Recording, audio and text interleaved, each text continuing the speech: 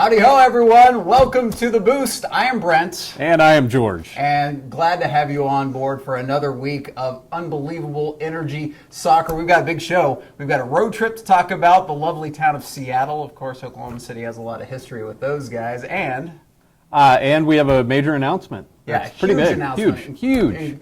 Including an international team coming here to Taft Stadium. We're also going to run down the week that was in the USL, all the highlights, all everything. But the biggest news of the week, win number one for Oklahoma City. And we were there, of course, another windy game, George. It's incredibly windy. I think from the beginning of the season in April until, June, I think you just have to count on the wind. Coming back home against Swope Park, a new team in the USL with a lot of familiar faces. You had Christian Duke, Jacob von Kompernal. John Kempen played amazing in goal for Swope Park against Oklahoma City. Speaking of goal, Cody Lorendi still out, suffering from the flu for actually 3 straight weeks. He's lost some weight. CJ Cochran steps in and plays well in goal, though. Oh, CJ was great. Both goalkeepers were fantastic. John Kempen was nothing short of remarkable. 18th minute, nice little chance by Koenig centering the ball. Busco can't get it, and then Coy Kraft right off one of the pipes, and Oklahoma City did have their chances early, but so did Swope Park in the 25th minute. This one sails high. CJ, like George had said, strong in goal all evening long. 44th minute, Kraft again. This kid we talked about in the first home match, he's on loan from FC Dallas, but his youth is definitely not being seen because he's just a heck of a soccer player. He is making great strides for Energy FC currently. His burst of speed is phenomenal. Yeah, he's got wheels. You don't see it coming, all of a sudden, boom, he's out ahead of his defender and sets up well for the rest of the offense. Second half, Kempen with some great saves, but the play of the game, Dalgard centering to, defender Kalen Ryden, heads it home. We had seen him in the last game miss a header. Actually, sent it home, but he was called for the offsides, and it was good to see the defender get a goal in this one. Well, dating back even to preseason, Kalen has been inside the net at least 3 or 4 times, and every time something has happened, offsides or he's clanked one off a crossbar or something like that. So I was very, very happy to see him finally get one. He's a fan favorite, of course, a Norman, born and bred, but he's also a very solid defender. And he told me after the game, you're going to see more of that this year because Jimmy has made it a point this year to make sure his wing backs, his outside backs are going to be up front, in your face a little bit more, and you're going to probably see a couple goals from Michael Thomas this year, and you're probably going to see a couple more goals from Kalen. Well, if you watch closely, the wingbacks are playing up a lot more this year than in years past, getting in the box, and we've seen a lot of chances from Kalen. We've seen a lot of chances from MT as well. So, I think those defenders are finally going to get in the net. CJ had a rock-solid performance. He was there when needed. Not a lot of action. It's not always easy to be a goalkeeper when there's not a lot to do, but he was there when needed. Most importantly, coming out of that game, Oklahoma City gets their first victory of the year. CJ Cochran, after the game, told me they were making the progression the way they should. They started off with a loss, then they had a tie, then they had a win. They get their first 3 points of the year, and that's something that Oklahoma City really wants because with the travel difficulties with Vancouver, they're looking to hit their stride, and hopefully this win at home against Swope Park will do that for them. Yeah, it's a good momentum boost, and Swope Park was playing phenomenal, so this was a big win for Oklahoma City. It was, and of course all the ties with Swope Park too, the former affiliation with Kansas City and everything. It was a big game. Oklahoma City came out and did what they needed. They've got their first road trip of the year, and we'll talk about that more when we return. It's time to take our first time out, but when we return here on the Energy Boost, we are going to run down the week that was in the USL, and remember, we've got that huge international football announcement coming up. Stay with the Boost. We'll be right back. Energy FC invites you to historic Taft Stadium where you can kick back with a cold beer and enjoy the beautiful game of soccer. For tickets, visit energyfc.com. We are Energy. We are OKC.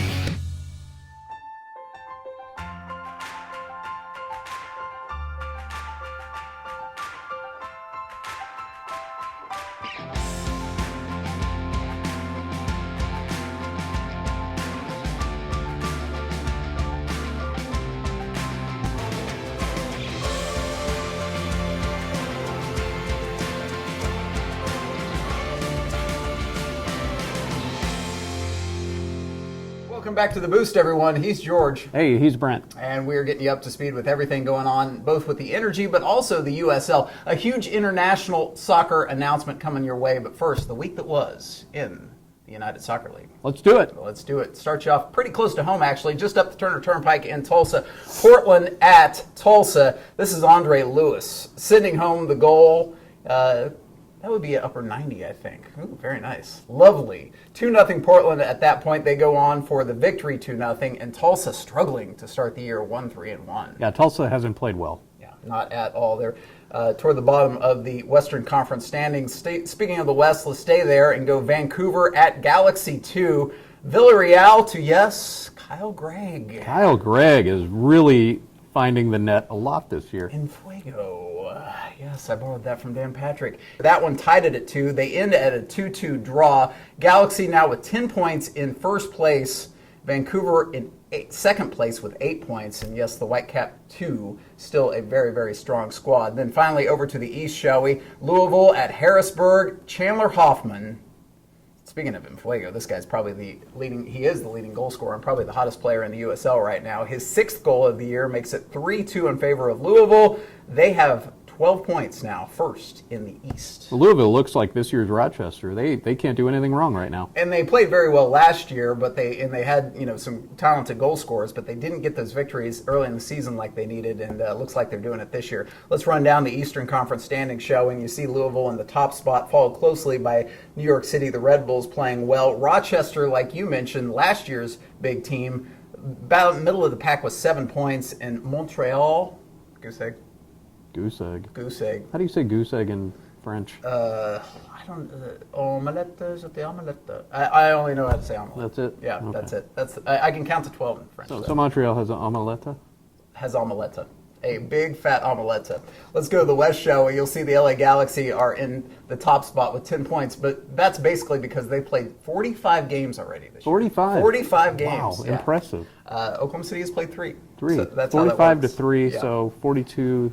Were they playing every day? Every Double other day, headers? but sometimes they play a triple hitter. So that's how that works. Impressive.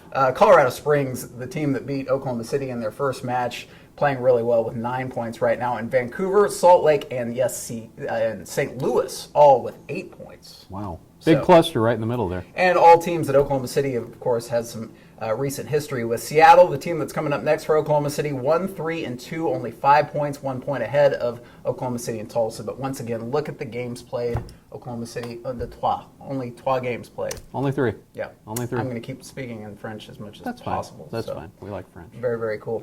We have to take another time out. When we return, we'll run down Oklahoma City's next opponent. First road trip, we hope, of the year. We also have a huge international match to talk about coming here to Taft Stadium. It's all straight ahead on The Boost.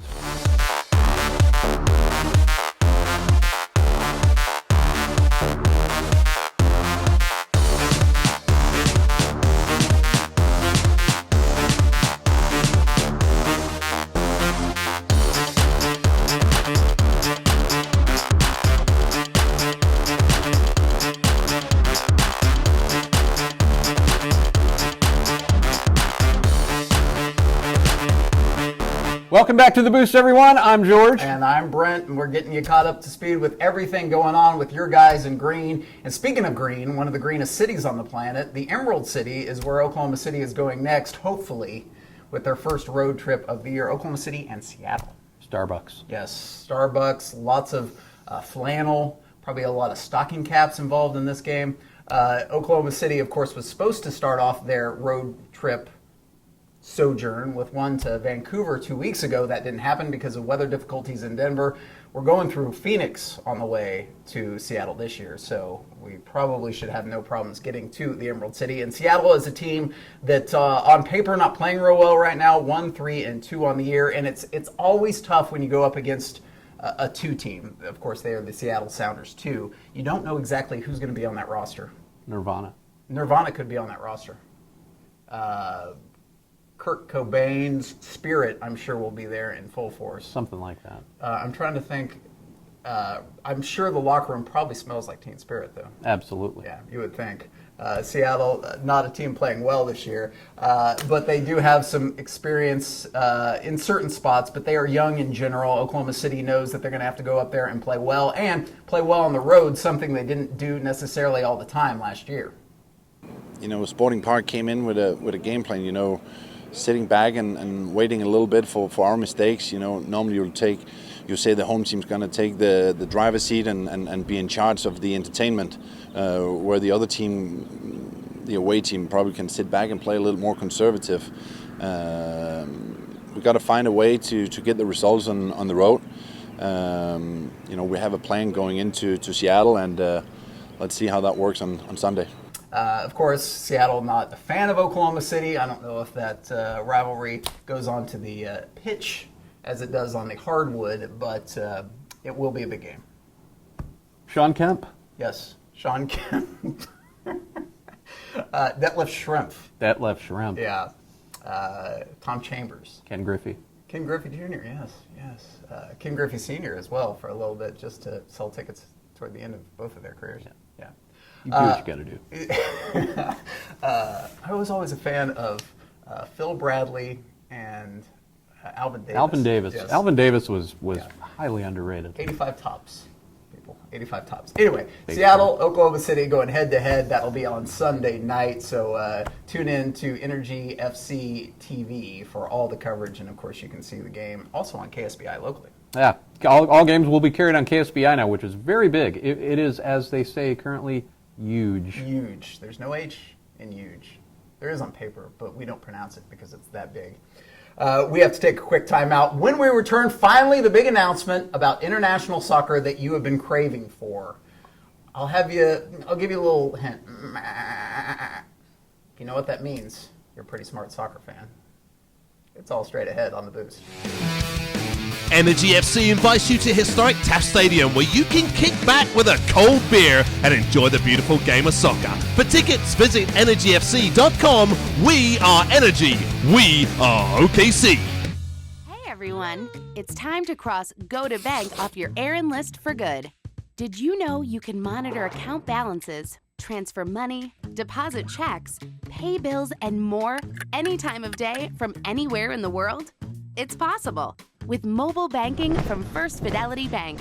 It's another way FFB gives you personal local bank service with big bank products. Visit ffb.com/mobile and learn more today. Welcome back to The Boost, everyone. Brent and George alongside, getting you up to speed with everything about your guys in green, about the USL, and yes, international soccer, because, George, one of the most famous, most important soccer clubs on planet Earth headed to Taft Stadium to take on our Energy. It's a big one. Tuesday, June 28th, 7 p.m. at Taft Stadium. CD Guadalajara Chivas will be playing your OKC Energy FC. One of the most famous franchises. Some of the best players on the planet have played for the franchise, and it's very cool because you've got this friendly happening in Oklahoma City against a USL club, against our Oklahoma City Energy. And Energy is the only USL club that will actually be playing Chivas this summer. Mm-hmm. But this is big. This is equal to the New York Yankees coming to town, the Lakers coming to town, the Celtics, you name it.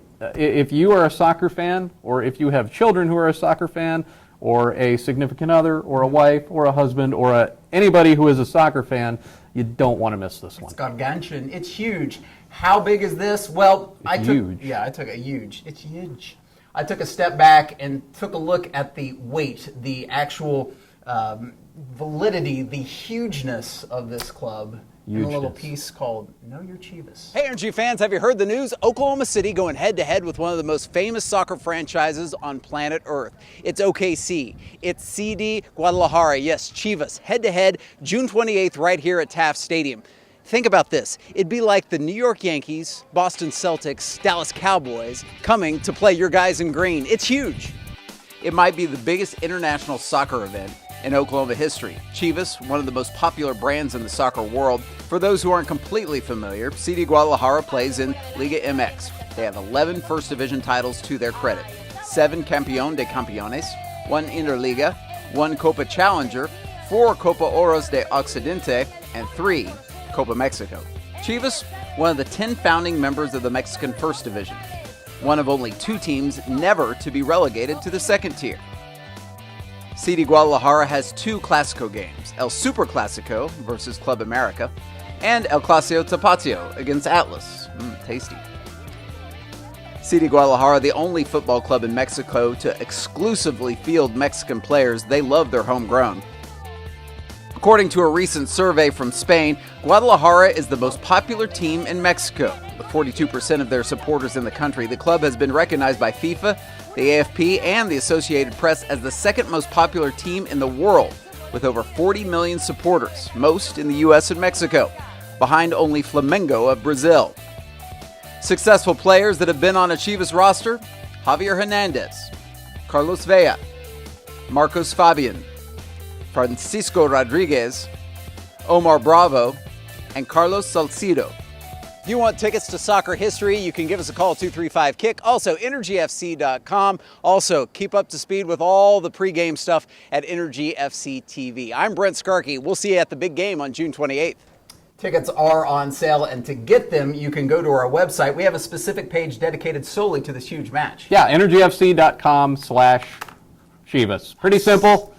Shouldn't be any messing that one up. No, and just in case you didn't know, Chivas means goats in Espanol. And I learned this morning. Chiva Cuevas, the new player for Oklahoma City, was actually named by his brother, Goat, in honor of the soccer team from Guadalajara. So his brother's name was Goat? His brother named him Goat. Goat. Yeah. I had a buddy in Amarillo named Goat. Really? Yeah, because he had a goat farm. Oh, fitting. Yeah, he had a little soul patch, too. Well, if you're named Goat, you've got to do that. Is that required? It is. I knew that the House of Representatives, the legislation was in motion. I just didn't know if it had passed or not. Well, now you know. Yeah, now I know. Hey, you want to know more about the upcoming match with Seattle? You're going to find it out. Why? We've got a man who hails from the Emerald City. Will he be wearing flannel? Will he be drinking Starbucks? Will he be doing flip throws from the sidelines? We don't know.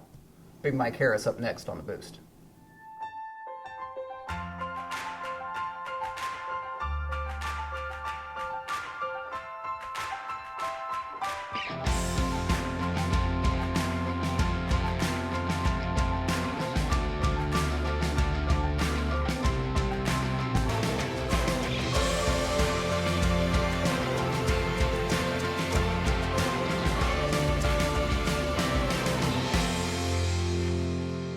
Welcome back to Energy Boost, everyone. I'm Brent, and I am lucky enough to be joined by defender extraordinaire for the Oklahoma City Energy, Michael Harris. Mike, how are you, bud? Good, how are you? Good to see you.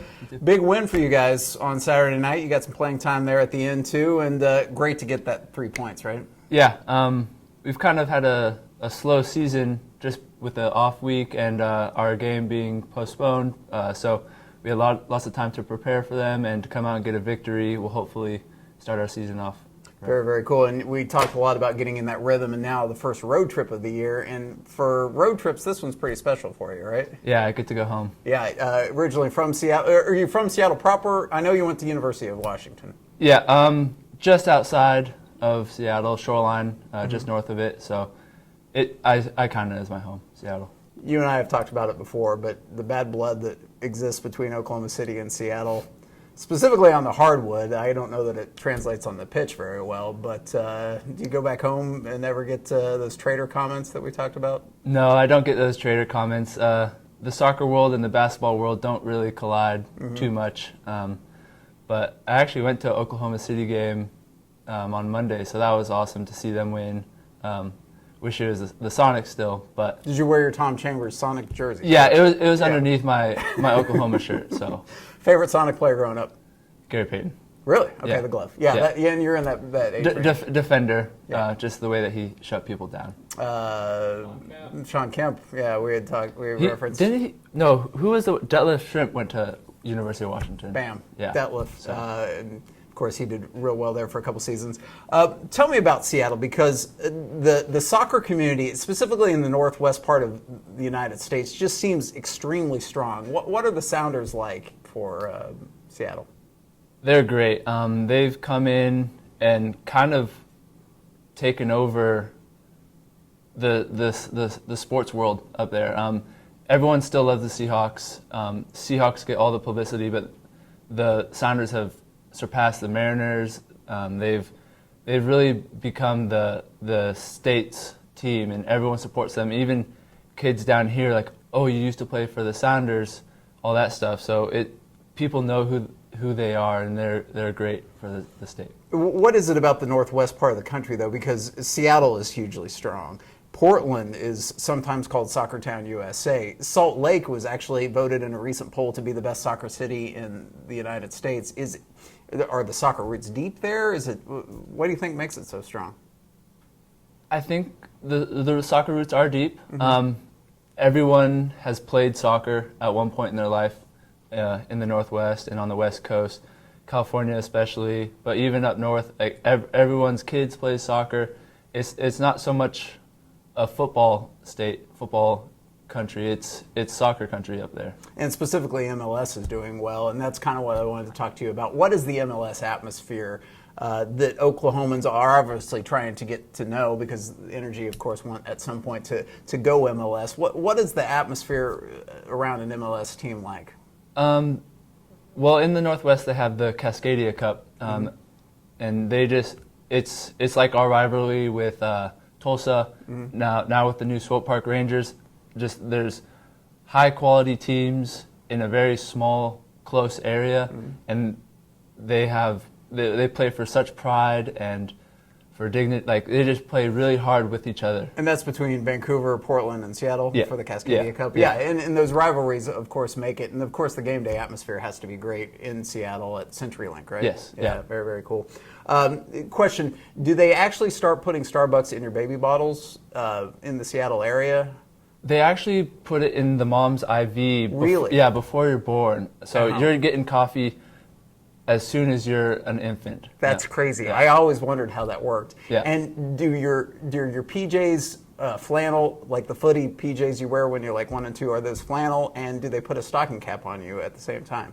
No, they don't put the stocking cap on you, but they lay you in a barrel of hay. A barrel of hay. Yeah, That's great. yeah, That's yeah. great. Very good. Very good. With wood chips on the Oh back. yeah. Well, it has to be organic and recyclable. Yes, always. Definitely. Always. You got to be excited about going home, though, right? Yes, I love going home. Good to see my family, my girlfriend, some friends up there. It's always fun going back. What's this team need to do better this year on the road to get those 3 points? Start faster. Yeah. I think on the road we always kind of put ourselves in a hole, and then we just try to dig out of it, and we just come up short a lot last year. So if we can start faster, don't give up that first half goal, give ourselves a chance at the end of the game, I think we'll be more successful. Where are you going to take me to eat in Seattle? In Seattle, there's a sandwich shop in Ballard, Paseos. It is great. And the money sandwiches? I get the Mediterranean, just Huge. Massive size. I'm looking forward. Yeah. Always love to eat somewhere different, and it's going to be fun. My first trip to Seattle, and of course, going home for you. It's going to be big time. Appreciate it, bud. Thank you. We didn't even talk golf, and we didn't talk flip throws the whole time. That's okay. We'll have to get you back on. His name is Michael Harris. I'm Brent Skarky. This has been another edition of the Energy Boost. Root on your guys. Go to energyfc.tv to watch the entire game. Also watch on KSBI. And, of course, we'll be back next week with another edition of all you need to know about your guys in green. We'll see you next time, everyone.